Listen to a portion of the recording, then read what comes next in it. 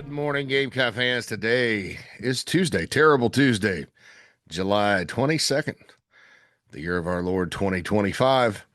I am JC Shurburtt, and this is Coffee. Getting closer, folks. Shoot, I was thinking today, this morning, when I woke up 1 month from now, will be about 8 days from kickoff.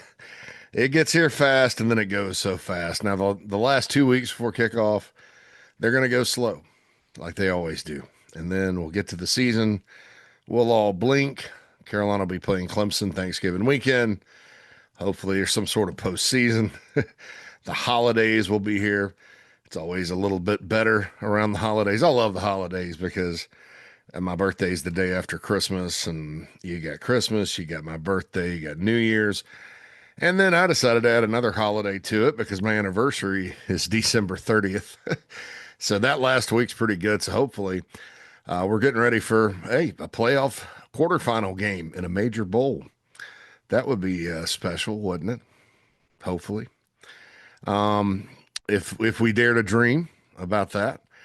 But this time of year is one of anticipation, and one thing I always anticipate is the release of the roster, the official roster from the University of South Carolina. Steve Fink and the SID department, Sports Information Department. I think it may be called something else, Athletics Communications. I think that they changed that up a few years back, but he does a fantastic job. He's one of those unsung heroes around Carolina. He's been there since '05, about 20 years, and I can't really express just how awesome Steve Fink is, and how fortunate Carolina is to have somebody like that. He does a great job. His staff does a great job. It's very understated.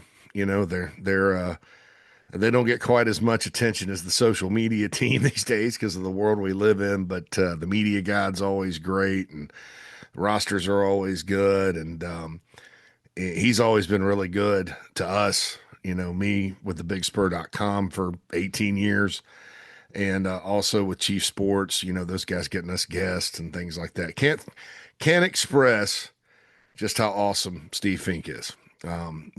University of South Carolina Assistant Athletic Director for Communications, I think is his title. So shout out to them. They did a good job again getting the roster rocking and rolling. And it's always neat to kind of look and break it down a little bit because you do have so many new players these days.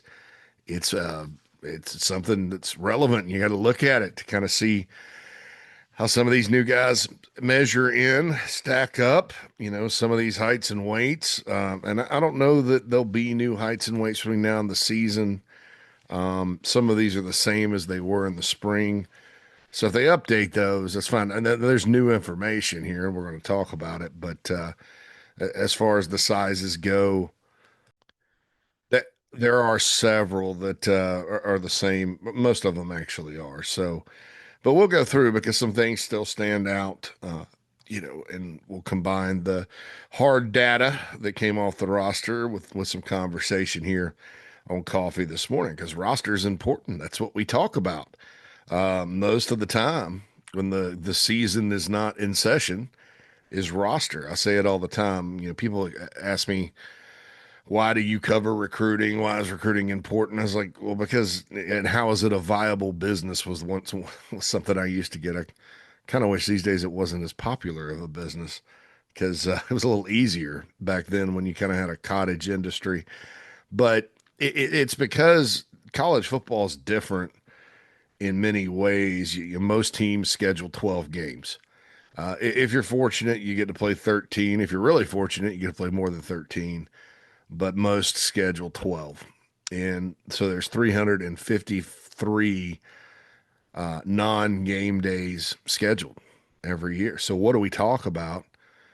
You know, the other 353 days when there's not action, you know, we'll review the games, preview the games, talk about these games in season. But most of the time it's about roster, recruiting, transfer portal, player development, you know, injuries.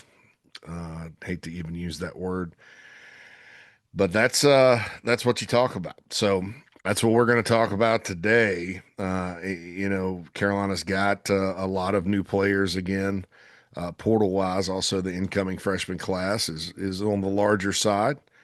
And all those guys are there now with the summer enrollees, including Donovan Murph from Irmo, elite level talent, elite prospect, reclassified from 2025, or I'm sorry, from 2026 to 2025.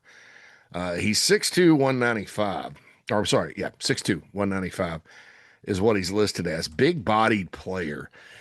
Now, this is part of the reason that even though he did not enroll early, like the rest of the receivers, most people, including myself, felt like he would see the field this year because he's physically ready to go. At 195 pounds, with the way he can run, catch, move, all that good stuff, the physicality of the game ends up being a step forward, obviously, from varsity football on the, I think Irmo's 5A, on the 5A level in the state of South Carolina. But it's the SEC, so it's not only the uh, it's the highest level of competition in college football as far as the athleticism and speed and the people you face, people you're trying to get open against, beat, that kind of thing. And they play something called press coverage. And if you're not able to get off the line, you're not going to run routes very well. It also helps sometimes, what is and is not pass interference is a point of contention, these days. And a defensive back can play you physically and keep you from, getting the ball if you're not strong enough. And weight does not always mean strength. I want to say that because we're going to talk about offensive line and defensive line and all that. But with Donovan Murph, I think it helps that he's 195 pounds already. And not only because of his talent and ability to catch, because all these guys in this freshman receiving class have talent. He's probably his floor is higher than some, because of that strength. So very excited to see what Donovan Murph can do this year. We've talked a lot about Brian Rowe. He's listed at 5'10", 170. And in that case, there's all these rules and theories in college football. And trust me, I have my share of them. But there's always exceptions. To me, is the 170 pounds on Brian Rowe something you look at and go, gosh, I hope he can get off the line? Yes, absolutely. I don't think it's going to matter. I think he'll be able to, and we'll see what happens. Okay, with that one, but I expect just because of his natural ability that he'll be okay this year. I think reading the tea leaves, he's probably just too good to not play. Their classmate, it's Jordan Gidron. Now, I'm gonna throw something at you here, and see if you'll pick up what I'm putting down, so to speak. Jordan Gidron is his younger, a young player, obviously. Unlike Murph, he did enroll early. I don't know that talking to people we've ever seen a player that both reclassified and then enrolled early. So he's, like I said, during spring when he's in college, like my stepson was in his junior year, spring of his junior year of high school. So they're the same age. That's impressive that he's been able to go from Ridgeview to Carolina and handle it like he has. Now, I've seen some photographic evidence of his, I guess, work in the weight room this summer. Some of the players put pictures of themselves up on their Instagram account. It's actually very helpful when you're trying to kind of talk about the proverbial eyeball test and things like that. And I saw some of Gidron the other day. I was like, my goodness, that guy, he's starting to transform already, which means he's getting in there and working hard. Now, there's more to it than just, seeing the field early. There's more to it, especially when you're so young, to getting on the field at receiver. Nick Harbor has shown us that it's not just, go out there, add water, and there's a receiver. There's some nuance to it, but unlike Harbor, Gidron's been playing the position for a while. So, I don't know what's going to happen this season. There's a ton of competition, and like I said, he's very young. But by next season, circle that guy because his ability and raw talent and ceiling has never been in question. I know he dropped in the rankings, which I thought was a little bit strange because rankings are supposed to be long-term predictions. They're also comparative analysis to the class that you're in, truth be told. But he lost a star from 24/7 Sports, which is not a big deal when you go from a 90 to an 89, but it is because fans pay attention to it. And in a fan's mind and in most minds out there just looking at it, there's a gulf between high three and low four star. It's because of the blue chip ratio and things like that, because it's blue chip ratio is sort of a black and white thing. So I didn't necessarily agree with that because I was like, well, if I were ranking them, I'm thinking about this guy down the road, and no, he may not make an impact right away, but down the road, I'm going to look pretty smart if I, keep him kind of at least in the 4-star range. But that was weird that happened because if he were in this class, if he had not have reclassified, he already had like 20 something offers from all over the place, and everybody wanted him. I mean, he's a very special talent coming out of Ridgeview. But Jordan Gidron, 6'2", 190 is what he's listed at. So keep an eye on this guy, moving forward. I'm not going through the whole roster, by the way, at every position and breaking it down, just some select notes that I made before I got on with you very fine folks today. So Harbor, by the way, is 6'5", 235 listed. I think he'll end up playing at about 225 to 228 this year. He's mentioned that, Nick has. When you see him walking around, he doesn't look 235 pounds. He's tall and skinny looking, but that's what he's listed at. And that's why, with him specifically, you boil it down to yards after catch. A big guy like that, should be able to get some yards after catch, and as fast as he is, get in the open field and break it. And if that kind of thing starts happening this year, I think South Carolina, with Nick Harbor, I think that South Carolina is going to be one of those teams that people are excited to watch play. They probably already are, but Harbor being that big and freaky, and obviously his name is out there. He's been on Bruce Feldman's freak list for a while, number one for a while. If that starts translating to the football field, man, gosh, you're talking about, three freaky players in Harbor, Sellers, and Dylan Stewart. And then there's more too. But those three guys, just as far as the rarity goes, that would really be something. But the wide receivers, Road, like I said, 6 feet, 170. Don't think it's going to matter. A tight end, very interesting, Maurice Brown. And he's a player that when you listen to Sean Elliott talk in the spring, he's very high on Mo Brown, started talking about his explosiveness and all that. And Maurice Brown's a player that came as a walk-on from Maryland, was Army, United States Military Academy, West Point's prep school, and decided to come to Carolina with a lot of other Maryland players. Desmond Umazulu was his high school teammate. And he had a really good year on special teams last year. Remember the block punt against LSU?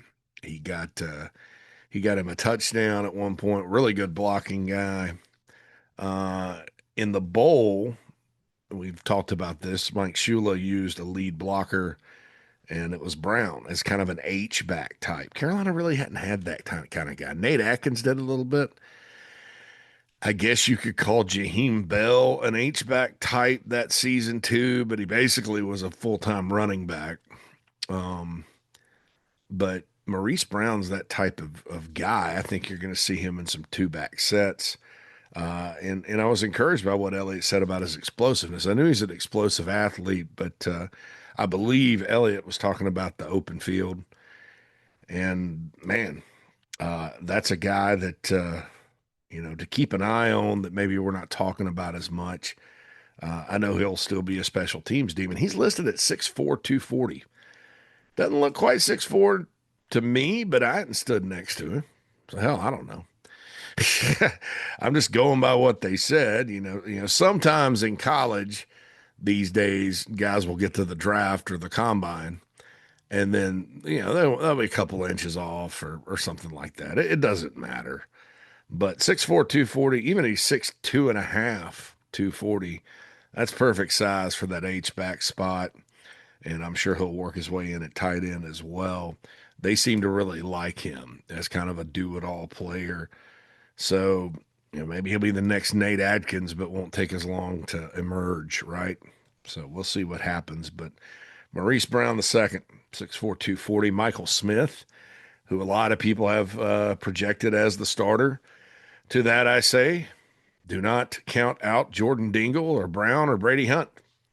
There's going to be a lot of competition in that tight end room this year. He's listed at 6'6", 248. I think maybe he was 6'5", 250 last year. Maybe he was 6'6". Another one of those guys doesn't necessarily look 6'6", but like I said, I've never stood next to him.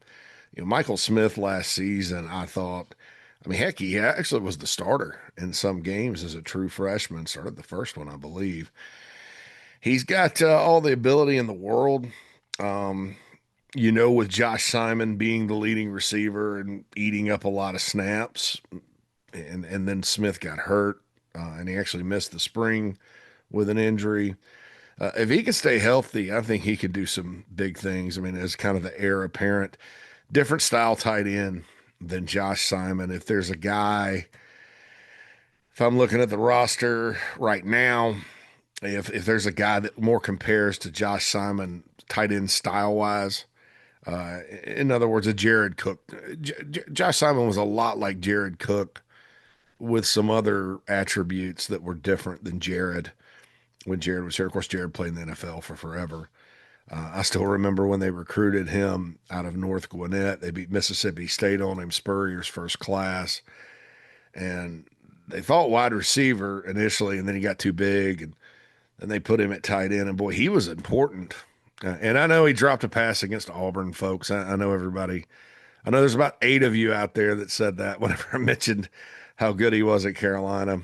And that stunk because Auburn was number 2 in the country that Thursday night. But for the most part, he's very productive and then had a really productive pro career. And during that time, after Sidney Rice left, it was basically Kenny McKinley and Jared Cook were the dudes in that passing game. And Spurrier kept it afloat those couple of years as far as, not having losing seasons and stuff like that while they were continuing to build. You can build faster these days, obviously, but back then, you're at the mercy of who you signed from the high school class and how your current players got better. And that was it. And you're still at the mercy of that these days, but it's a little different with the transfer portal. But Michael Smith, 6'6", 248, was a big-time recruiting win. Carolina beat Tennessee and Auburn on him. Committed really early out of Savannah, coastal Georgia. Committed early, and then, Carolina didn't have such a great season in 2023, and Tennessee and Auburn both were all over him. And the Gamecocks held them off and earned the signature. And I think he's got NFL potential. I thought that when he was in high school. And the experience from last year, getting his feet wet, will certainly help him. Had he redshirted and not played, I would have thought missing spring was a little bit bigger deal. Of course, you're installing a new offense and all that good stuff, but Smith's been around and all that good stuff. So, he made some big plays. People forget the Missouri game before the touchdown before Rockets was a pass from Sellers to Smith. Redshirt freshman to true freshman in that one. But he's 6'6", 248. And if he starts or not is a fair question because Jordan Dingle, the transfer portal pickup from Kentucky, had a really good spring. I mentioned Brown. And Brady Hunt looks good too. I'm convinced Hunt's going to, if healthy, have a really good year. And he's not injured or anything. He just last year, gosh, bad luck. The minute he started getting after it and doing some big things, after the tough luck on the two fake field goals. Brady got hurt and was out for the rest of the year, so that stunk. But I think he's going to be fine as well. And then Mike Tyler, the true freshman from Hammond, checked in at 6'4", 250 as a true freshman tight end. And then of course you have Jamel House and hopefully Caden Ramsey. Now those two are more like Josh Simon types. House, the four-star tight end prospect in the 2026 class from Newberry. And then Caden Ramsey's a player from Cross High School. Every time I hear something about him, I get a little more excited because I love small school South Carolina prospects. And this one's like 6'5", 209. So not college ready to go at tight end yet, but he's a baller, a baller. So, kind of with the tight ends, I'm curious to see, as is always the question with tight ends usage, like how are they, I can see a scenario where kind of Dingle and Smith are doing some things, the same types of things, and then Hunt's another type, and then Brown's another type. So I think there's a plan for four, but we'll see how it all shakes out. Everybody wants to know about Rasul Faison. Surprised there hasn't been a decision yet in some ways, but I told somebody yesterday on the Big Spur was freaking out about it, which is fine. I get it. Nobody's asking for patience. The practice is about to start now. He was able to practice in the spring, but I think you can only practice so many times if you're not eligible. So they need to get this. I mean, we're getting down to it, folks, in Indianapolis. So people remain confident, but we'll see when that ruling comes down. He's listed 6'2", 218. He was 205 at Utah State listed last year. So I think putting on some, getting a little bigger was important for him when he got to Carolina, and he has. And then the other significant one, Jawan Howell, 6'1", 225. That's a big back. That's a big dude, 6'1", 225. And I tell you, right down to wearing number 22 for those that remember when Derek Watson played, right down to the fact Derek played at South Carolina State for a while after he left Carolina. Spin move, all that. That's who he reminds me of.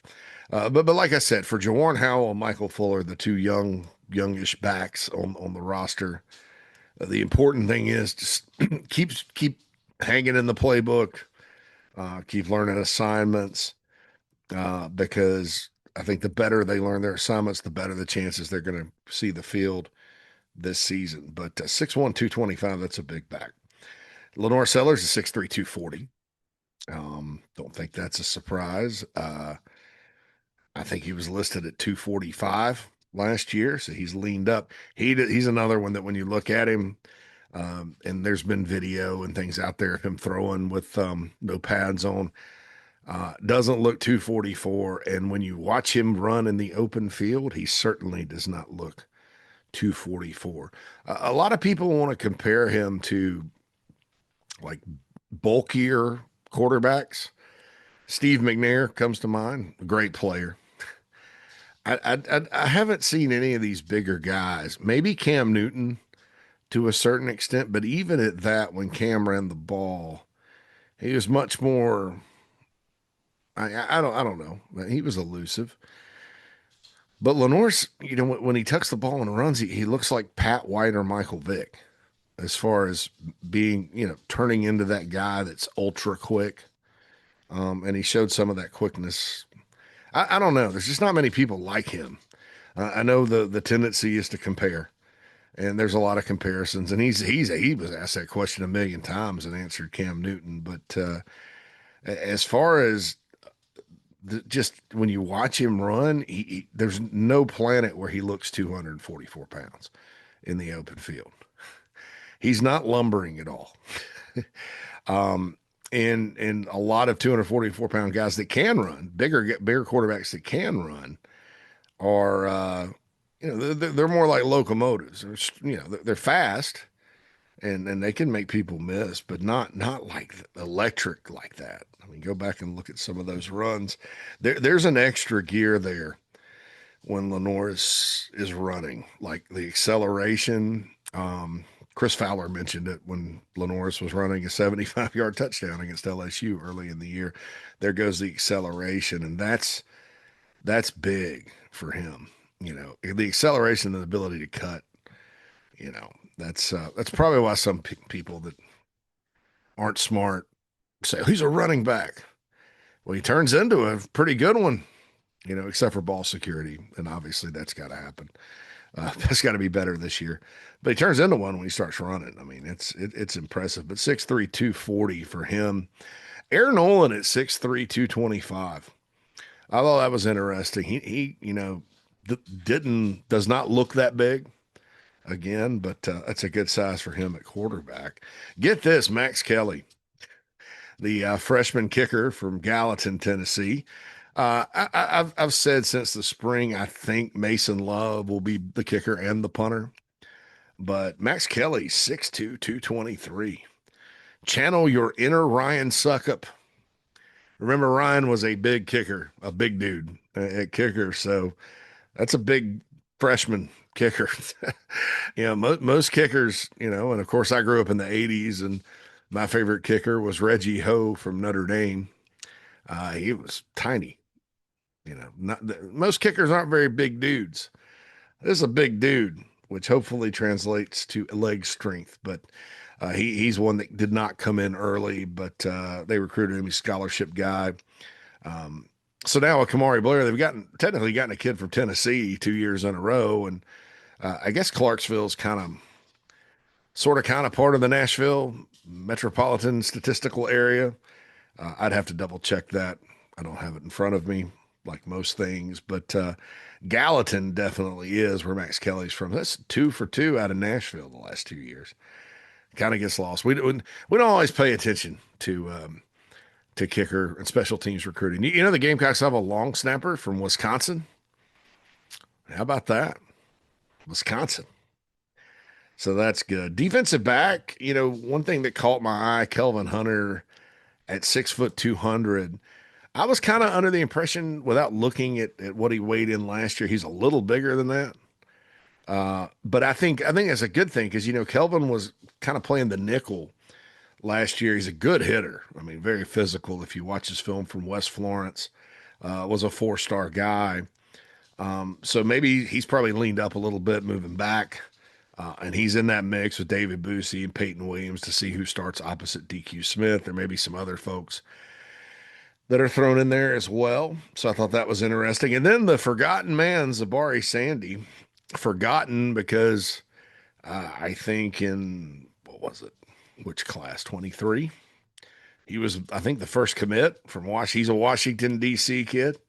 And then last season, when, you'd think he'd probably get on the field, he unfortunately blew out his ACL and had to sit. But he's listed at 6'2", 221. That's a big dude. That's a size of a lot of linebackers. That's Demetrius Knight's size last year, almost. So 6'2", 221. And Zabari had a good spring. Really did right there. I think Kilgore starts at nickel, and then Brandon Cisse probably comes in at nickel some. But Zabari, when the depth chart comes out, it's not going to surprise me to see him listed as the backup nickel. But with the caveat that obviously, I think they have some plans to play Cisse there and get Cisse, Swain, and Collier all in the field at the same time. It makes sense. But I thought that was a 6'2", 221. You're in there trying to stop the run at nickel. I think that's a good deal. And that brings me to this. I touched on this a little bit on the show yesterday. The interior of the offensive line. Now, I will have to go back and look at it. But I cannot remember, folks, a time when South Carolina could potentially be this gigantic on the inside of the offensive line. This big. Now, bigger is not always better. We know that. It's an athletic man's game, and if you're just big and out there and can't move and can't take your steps and don't have hand quickness and you can't move the big body, then you're going to fail. That's the size won't matter. But all these guys are pretty good athletes too. Um, so check this out, and I don't know. We talked yesterday about who will be the starters on the interior. Because my theory is this: for those that don't listen to the show, I may have mentioned it yesterday. Torricelli Simpkins last year, his good was really good, his bad was really bad. Um, I don't know that the bad jumped out, and this is why I probably should watch more tape, um, play after play after play during the season, especially the linemen up front, because there are some plays that jump out at you with him that you're like, wow, that's Torricelli Simpkins. I didn't know that happened.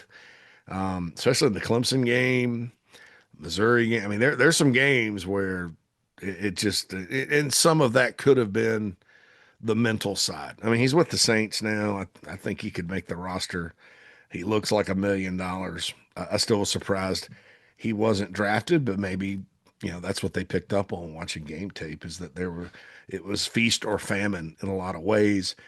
And then Kamar Bell, played really well as a senior for most of the time, but also had his issues. I thought they were kind of limited, frankly, at left guard last season. Vershawn Lee's going to be hard to replace, given the good football he played. But Vershawn's like 303, 305, not a gigantic offensive lineman. But check this out. So Boaz Stanley, who they got from Troy, ESPN mentioned that he's, the breakout player from the portal in an article. They love him. Beamer even went as far to say he's the starting center coming out of spring. 6'3", 325. So these next four, some combination of these next four will be your starting guards, in my opinion. We'll see how it all shakes out. Maybe Nolan Hay comes in and is just a beast and too good to keep off the field. But you got Nick Sharp, who we talked about yesterday, 6'2", 340, transfer from Wake Forest. You have Marquis Anderson, who the guys they brought in a few years back, he was the best one, not only in recruiting rankings wise, but when he got there, he actually was the best one. Lonnie Teasley said in the spring he's finally healthy, and that makes him happy. There are a lot of people high on him. He's 6'4", 326, one of the top prospects in the state in the 2023 class from Dorman High School. So don't forget about Marquis Anderson. Shed Surratt, another upstate offensive lineman. I have a friend that we always bounce. He works in recruiting and for different schools, and we have these theories we bounce off of him. And he's not a Clemson guy, but is pretty familiar with their recruiting efforts for years. But he was telling me, he has a theory: don't take upstate offensive linemen. In a lot of ways, it's because Clemson took some that didn't really work out for them, or I mean, I know Brandon Thomas and Jordan McFadden from Dorman started for them, and McFadden was pretty good, and you can't argue with that. So it's not 100%, but you know, my friend is one of the reasons I talk about geography all the time. We're like-minded. Well, there's better players from this part and this part. But there's two upstate offensive linemen on Carolina's roster right now. My same friend saw Shed Surratt at 336 pounds jump up and dunk a basketball, and he's a believer in him. The coaches are a believer in him. I'm a believer in him. I know that conventional wisdom again says if a true freshman starting at guard, what the heck is going on? I think the way he starts is he's better than everybody else and just a phenom. They're not going to throw a freshman out there to struggle. I mean, it's not going to be like last year where, Josiah Thompson, true freshman, he's just the best you got and sink or swim and let him make mistakes. A little more options there. But just as far as depth goes, this is a guy that can, so far he's shown he probably can go in and compete. And then Trevon Ball, 6'3", 335. So some combination of those four. I lied. It's five because Big Tree, 6'5", 330. Still a chance he starts at guard, but we kind of discussed that yesterday. He's at tackle. And then the tackles, Thompson, 6'7", 300. Casey Henry, 6'5", 310, and I mentioned Big Tree, 6'5", 330. So I don't remember a time where South Carolina could potentially go. Let's just assume it's Boaz, Nick Sharp, and Trevon Ball. 325, 340, or left to right. 340, 325, 335 on the inside. If there has been one, maybe the Holtz era. I don't remember them being this big. Like I said, bigger's not always better. But you kind of think of, you know, if you're going to run more power plays in the run game, like I think Mike Shula is planning on doing, if you got beef up there, that's better.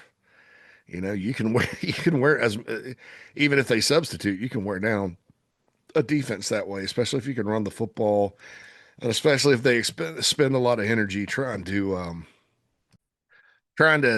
chase 16 all over the field. My goodness. So that's good. Offensive line. Linebackers, we've talked about before. I think it could be a better overall group. No offense to anybody that played last year. Um, Fred Johnson, I think, is a better player than Debo Williams.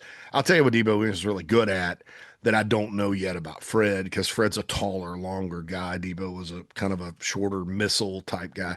Debo was really good, short yardage at knifing. A&M play comes to mind at knifing in and cutting guys.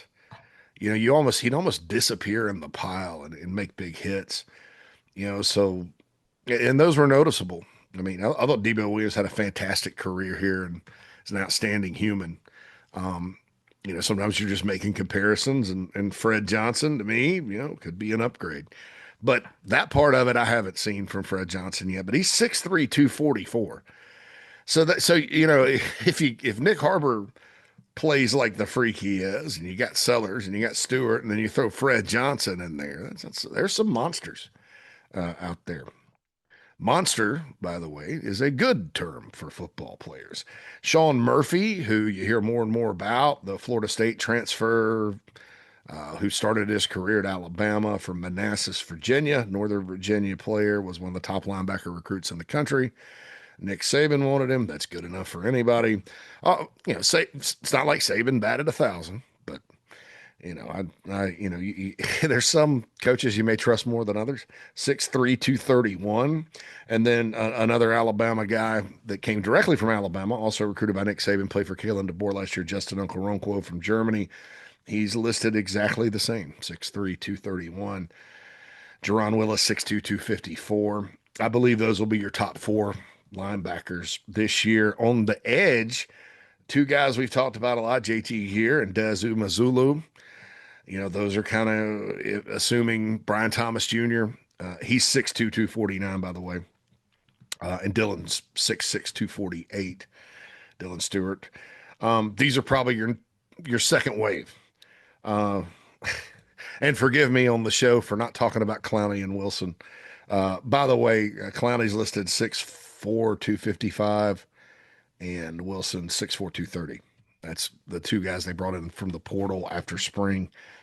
Gear, Clowney. I mean, Damon Clowney, not JD. Gear 6'6", 250. Des 6'6", 255. That's what you want. Those size guys, and it's critical. I think from a depth perspective for both of those to take a step forward this year. Gear's been a lot about health with him, and then Dez was always going to take a little while, but he had a really good spring and continues to put in the work. On the interior of the defensive line, everybody wants to know about that. My man Kreger, who listens to all of our shows, he loves discussions about size. Nick Barrett, 6'3", 322, and Gabriel Brownlow Dindy, 6'3", 315.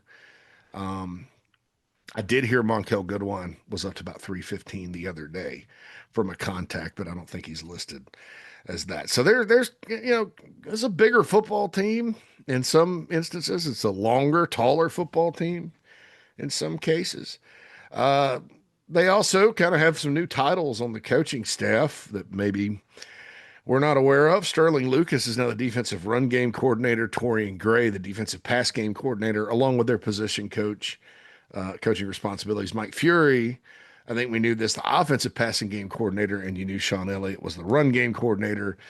Joe D. Camillus, the associate head coach and special teams coordinator.